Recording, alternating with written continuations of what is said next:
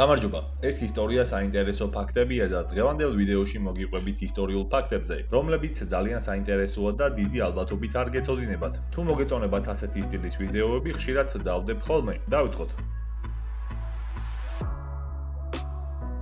მეორე მსოფლიო ომის დროს პრეზიდენტი რუზველტი დადიოდა ტყვია გაუმტარი მანქანით, რომელიც მანამდე ეკუთვნოდა ალ კაპონეს. კალაშნიკოვის ავტომატი, რომელიც 1947 წელს გამოიგონა მიხეილ კალაშნიკოვმა, მსოფლიოში ყველაზე გავრცელებული იარაღია. იარაღი შესულია გინესის რეკორდების წიგნში. საბჭოთა კავშირში ნებისმიერმა ბიჭმა, რომელმაც დაამთავრა სკოლა, იცოდა კალაშნიკოვის აწყობა და დაშლა. ავტომატი AK-47 გინესის რეკორდების წიგნშია მოხვედრილი, როგორც ყველაზე გავრცელებული ავტომატი მსოფლიოში. ოფიციალური მონაცემებით მსოფლიოში სულ არსებობს კალაშნიკოვის 100 მილიონი კოპი. ავღანეთში კალაშნიკოვს ეძახიან კალაჰან, რაც ქართულად ითარგმნება როგორც მეგობარი. მიხეილ კალაშნიკოვი იარაღის გამოგონებისთვის დააჯილდოვეს ოქროს ვარსკვლავითა და სტალინის პირველი ხარისხის პრემიით. მას პრემიის სახით გადაეცა 150,000 რუბლი, რაც იმ დროს დიდი თანხა იყო. კალაშნიკოვის ავტომატი იმდენად პოპულარულია, რომ ის გამოსახულია ტიმორის გერბზე, ასევე კონგოს, მოზამბიკისა და ზიმბაბვეს გერბებზეც. იმის გამო, რომ კალაშნიკოვის იარაღი ადვილი საწარმოებელია, ბევრ ქვეყანაში, სადაც იარაღის ხმარება ნორმად ითვლება, მისი ფასი არ აღემატება ქათმის ფასს. გერმანელი ფაშისტების მიერ დაარსებული ბელჟეცის საკონცენტრაციო ბანაკის კედელზე ერთ-ერთმა სიცოცხლე განაწამებულმა პატიმარმა შემდეგი სახის წარწერა დატოვა: თუ კი ღმერთი არსებობს, მაშინ მან აუცილებლად უნდა ილოცოს იმისთვის, რომ შევუნდო. 1972 წელს ერთმა ახალგაზრდა ინდუელმა ჯონ ლენონს წერილი გაუგზავნა. მსოფლიოს გარშემო მოგზაურობაზე ოცნებობდა, იქნებ ფინანსურად დამეხმაროო.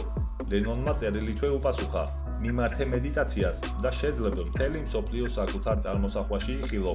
1995 წელს ეს ინდუელი მაინც გაემგზავრა მსოფლიოს გარშემო სამოგზაუროდ, ფულით, რომელიც აუქციონზე გაყიდული ლენონის წერილით იშოვა. საბჭოთა კავშირში 1923 წელს დაბადებული მამაკაცების 80% დაიღუპა მეორე მსოფლიო ომის დროს. როცა საბჭოთა კავშირში ავტომობილი პობედა გამოუშვეს, იგეგმებოდა, რომ მისი სახელი როდინა იქნებოდა.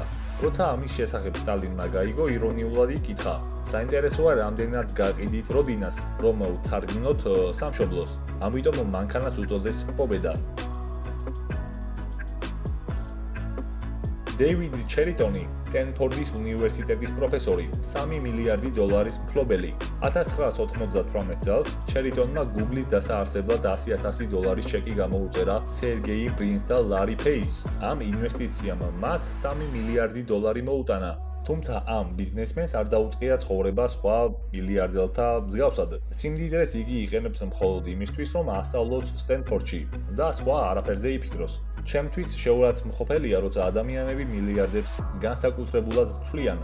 არ მესმის ხალხის, რომლებიც ყიდულობენ სახლებს უამრავი საძინებლითა და სააბაზანო ოთახით. ვფიქრობ, მათ ყველაფერი რიგზე ვერ აქვთ, განაცხადა მან 2006 წელს მიცემულ ინტერვიუში. ჩერიტონი, რომელიც მოგრძალებულ სახლში ცხოვრობს და 1986 წელს გამოშვეული Volkswagen ვანაგონით სარგებლობს, კვლავაც აგრძელებს ჩაის ერთჯერადი პაკეტის რამდენჯერმე გამოყენებას. საფრანგეთის მეფე კარლ მე-9 სამეფო წვეულებაზე პატიჟებდა ყველა დახელოვნებულ ჯიბის ქურდს და ერთობოდა იმაზე ცქერით, თუ როგორ იპარავდნენ ქურდების სხვადასხვა ძვირფასეულობას და ფულს მოწვეული სტუმრებისგან. 1864 წელს ამერიკის შეერთებულ შტატებში ერთ კრეატიულ ინჟინერს სახელად ჯონ როუბლინგს აზრად მოუვიდა, რომ აეშენებინა ხიდი, რომელიც ბრუკლინსა და მანჰეტენს ერთმანეთს დაუკავშირებდა. ექსპერტების შეფასებით ამ გეგმის განხორციელება შეუძლებელი იყო და როუბლინგს ურჩევდნენ, რომ დაევიწყებინა ამ გიჟური ოცნების შესახებ. თუმცა მეოცნებე ინჟინერს არაფრის გაგონება არ სურდა და მყარად იდგა საკუთარ აზრზე. მას ერთი ადამიანი სჭირდებოდა, რომელიც გვერდში დაუდგებოდა და მხარს დაუჭერდა. ბევრი იფიქრა თუ ცოტა იფიქრა, როუბლინგმა თავის ვაჟზე შეაჩერა არჩევანი. ვაშინგტონი ახალგაზრდა ბიჭი იყო, რომელსაც ინჟინერიაში კარგი განათლება ჰქონდა მიღებული და შესანიშნავ კანდიდატად შეიძლებოდა მიგვეჩნია. შვილი დასთანხმდა მამას და მათ ერთად დაიწყეს პროექტზე მუშაობა. მათ უდიდესი შრომისა და ენთუზიაზმის წყალობით მოახერხეს დაფინანსების მიღება და შეუდგნენ თავიანთი ოცნების ხიდის შენებას. დადგა 1869 წელი. პროექტი შესანიშნავად დაიწყო და ყველაფერი გეგმის მიხედვით მიდიოდა, რომ არა ხიდის შენების პროცესში მოულოდნელად მომხდარი უბედური შემთხვევა, რომლის შედეგადაც მამა-შვილი როუბლინგები ძიმედ დაშავდნენ. ჯონ როუბლინგი მალევე გარდაიცვალა, ხოლო ვაშინგტონს ტვინის გარკვეული ნაწილი დაუზიანდა. რის გამოც აღარ შეეძლო საუბარი და სიარული. გიჟი ადამიანები და გიჟური ოცნებები, ასეთი სათაურით აჭრალდა სტატიები ამერიკის შეერთებული შტატების ცნობილ ჟურნალ-გაზეთებში, რადგან მხოლოდ მამა-შვილმა იცოდა ხიდის აშენების ზუსტი გეგმის შესახებ. ხალხი ფიქრობდა, რომ ეს პროცესი შეწყდებოდა, თუმცა ვერც კი ხვდებოდნენ, რომ ვიდრე ვაშინგტონი ცოცხალი იყო, ეს არ მოხდებოდა. დროა დაუბრუნდეთ შვილს, ანუ ვაშინგტონს. იგი საავადმყოფოს ლოგინზე თვალგახელილი იწვა და ფიქრის მეტი არაფერი შეეძლო. ფანჯრიდან მზის სხივებმა შემოანათეს. ნიავმა კი თეთრი ფარდები გვერდზე გასწია. ვაშინგტონმა კრიალაცას შეავლო თვალები და პირის ახეზე მოთამაშე მზის სხივები შეიგრძნო. ბუნების ამ უბრალო საოცრებამ მასში თითქოს და მიმქრალი სიცოცხლის ხურვილი გააღვიძა და ვაშინგტონმა გაიფიქრა: მე ისევ ცოცხალი ვარ და არც არაფერი აგვიანო. გაანალიზა და მიხვდა, რომ ერთადერთი რისი გაკეთებაც ფიზიკურად შეეძლო, ერთი თითის მოძრაობა იყო. მაშასადამე ეს თითი უნდა გამოეყენებინა საკუთარი ოცნების სასახდენად. ამ დროს მისი ხელი მის მეუღლეს ემილის ეჭირა და ეფერებოდა.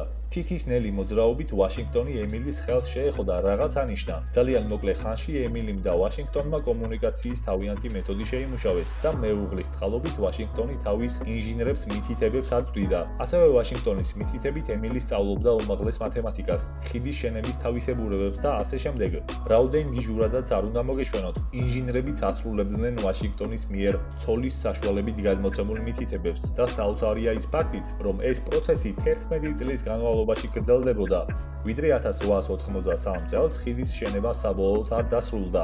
დღეს ბრუკლინის ხიდი ამაყად დგას, ბრუკლინსა და მანჰეტენს შორის, ერთი ადამიანის შეუპოვრობისა და ბრძოლის უნარიანობის წყალობით, იმ ოცნების ტრიუმფის ნიშნად, რომლის ასრულების სურვილმა შეუძლებელი შეძლო, იმ კაცის წმენის ნიშნად, რომელსაც ნახევარი მსოფლიო გიჟად მიიჩნევდა და იმ სიყვარულის ნიშნად, რის გამოც ერთგული ცოლი 11 წლის განმავლობაში მოთმინებით ასრულებდა ქმრის მიერ გაცემულ მითითებებს.